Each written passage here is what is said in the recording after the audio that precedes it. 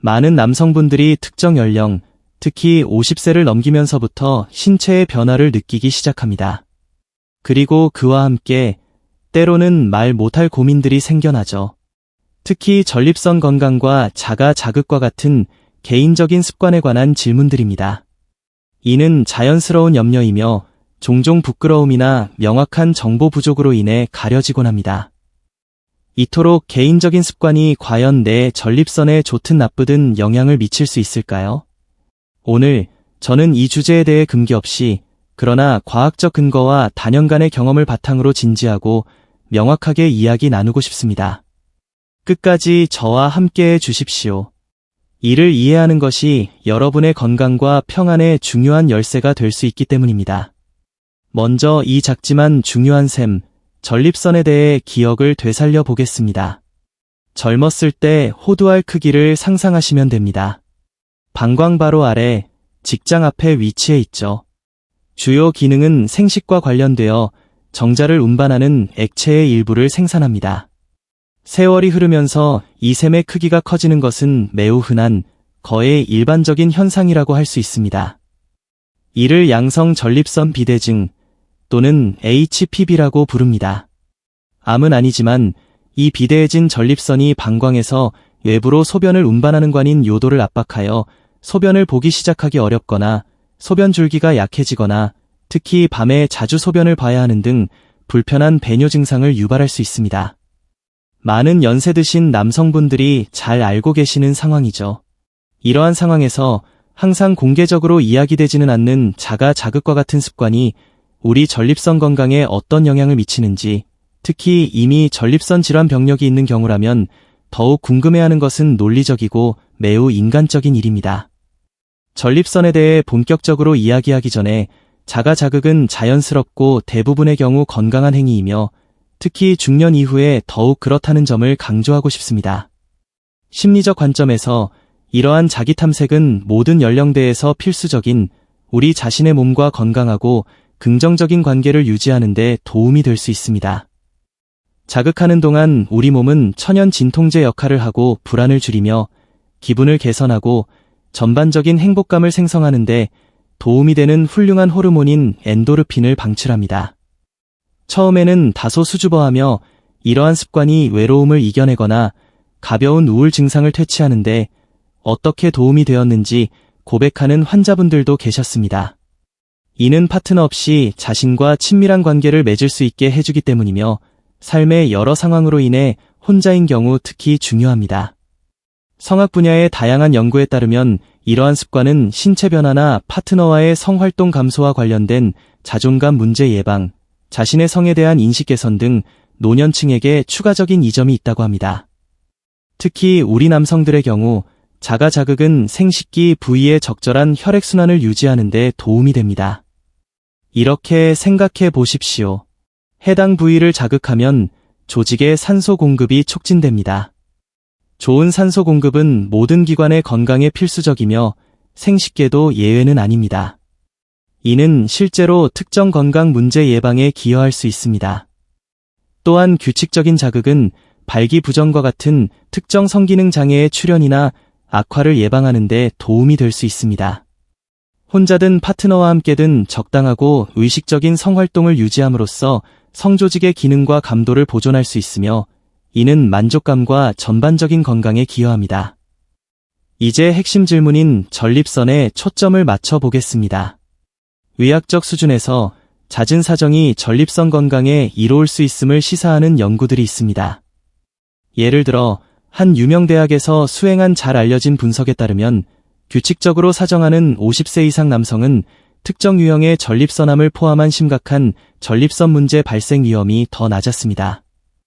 이러한 맥락에서 자가 자극은 파트너와의 성관계에 의존하지 않고도 그러한 사정 규칙성을 유지하는 효과적이고 접근하기 쉬운 방법이 될 수 있습니다.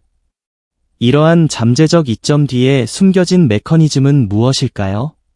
사정은 전립선 도관 내 액체 및 기타 물질의 축적을 줄이는 데 기여합니다.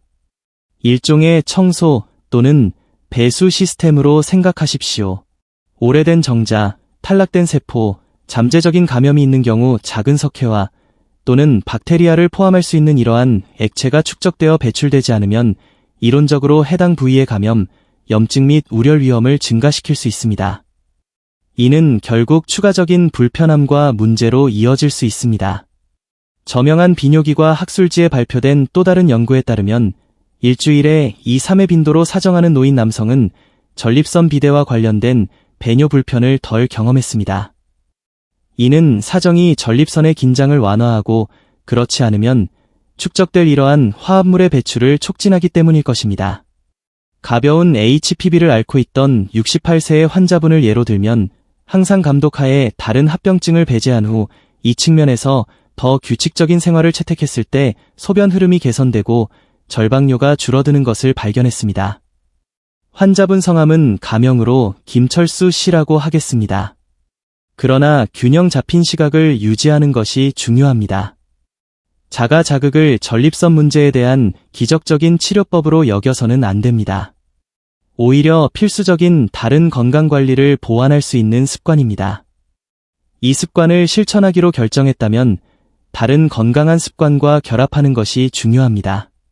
과일, 채소, 섬유질이 풍부하고 포화 지방과 가공된 붉은 육류가 적은 균형 잡힌 식단을 의미합니다.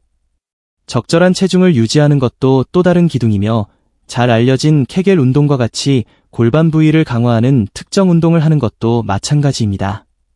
충분한 물을 마시는 적절한 수분 공급 또한 중요하며 알코올과 카페인 섭취를 조절하는 것도 일부 남성의 방광을 자극하고 배뇨 증상을 악화시킬 수 있으므로 중요합니다.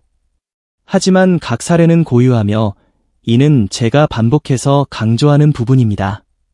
진행성 암이나 급성 염증, 일반적으로 세균성인 급성 전립선염, 과 같은 심각한 전립선 질환으로 진단받은 남성의 경우 자가 자극은 권장되지 않거나 심지어 금기시될 수 있습니다. 암의 경우 전립선과 주변 조직은 종종 매우 민감하며 종양 자체나 방사선 치료와 같은 치료로 인해 통증이 있거나 염증이 생길 수 있습니다. 자극은 불편함이나 통증을 유발할 수 있습니다.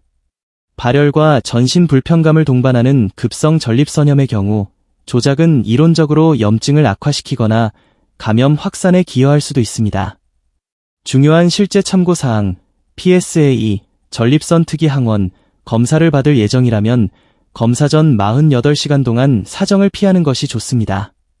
사정은 일시적으로 PSA 수치를 높일 수 있으며 이는 결과의 잘못된 해석이나 불필요한 불안을 초래할 수 있습니다. 의사와 상의하십시오. 30년 넘게 진료하면서 이 주제에 대한 많은 우려와 오해를 들어왔습니다. 가장 흔한 두려움 중 하나는 선생님, 자가 자극이 제 전립선 문제를 일으켰을까요? 또는 이미 전립선이 비대해졌는데 이 습관이 더 악화시킬까요? 입니다. 이를 명확히 하는 것이 중요합니다. 자가 자극이 양성 전립선 비대증이나 전립선암을 유발한다는 과학적 증거는 없습니다. 사실 우리가 살펴본 바와 같이 경우에 따라 보호 효과나 완화 효과가 있을 수 있습니다. HPV의 경우 규칙적인 사정은 샘의 우려를 완화하는 데 도움이 될 수 있습니다. 또 다른 점은 빈도입니다. 선생님, 얼마나가 너무 많거나 너무 적은 건가요? 마법의 숫자는 없습니다. 적당함 또는 적절한 빈도는 매우 개인적입니다. 각자의 성욕, 전반적인 건강 상태, 그리고 기분에 따라 다릅니다. 중요한 것은 그것이 스트레스, 의무감 또는 신체적 불편함을 유발하지 않고 건강을 증진하는 습관이어야 한다는 것입니다. 자신의 몸에 귀를 기울이십시오. 심리적 관점에서 많은 남성들이 자가 자극이 건강 상태를 악화시킬 수 있는지에 대해 불안과 걱정을 느낍니다. 이는 완전히 정상적이며 타당한 우려입니다.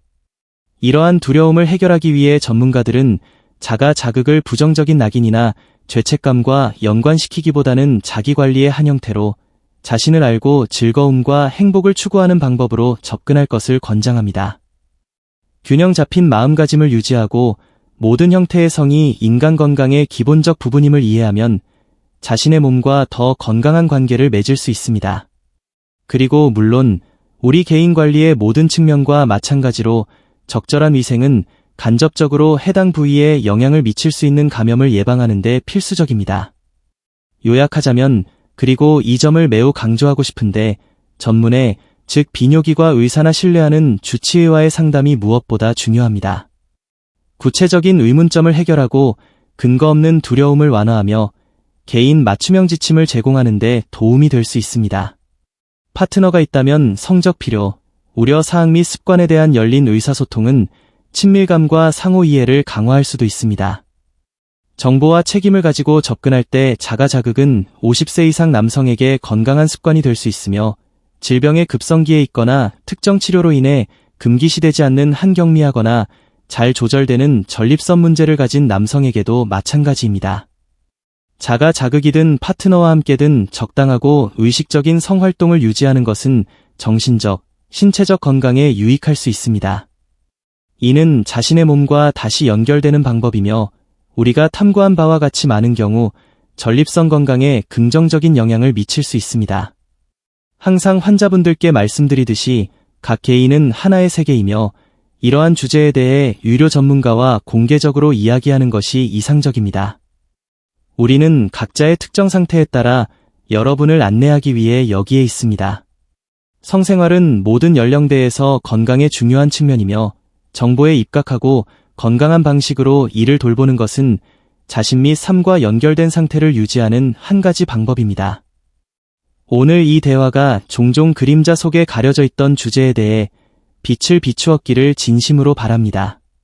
기억하십시오. 정보는 힘이며 특히 우리 건강에 관한 한더욱 그렇습니다. 자가 자극은 금기시되기보다는 지식과 신중함을 가지고 접근한다면 신체적, 정서적 건강을 유지하기 위한 우리 무기고의 또 다른 도구가 될 수 있습니다.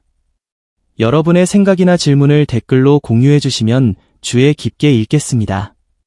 이 내용이 유용하다고 생각되시면 관심을 가질 만한 다른 분들과 공유해 주시고 앞으로 우리가 같은 깊이로 다룰 건강 주제를 놓치지 않도록 구독해 주십시오.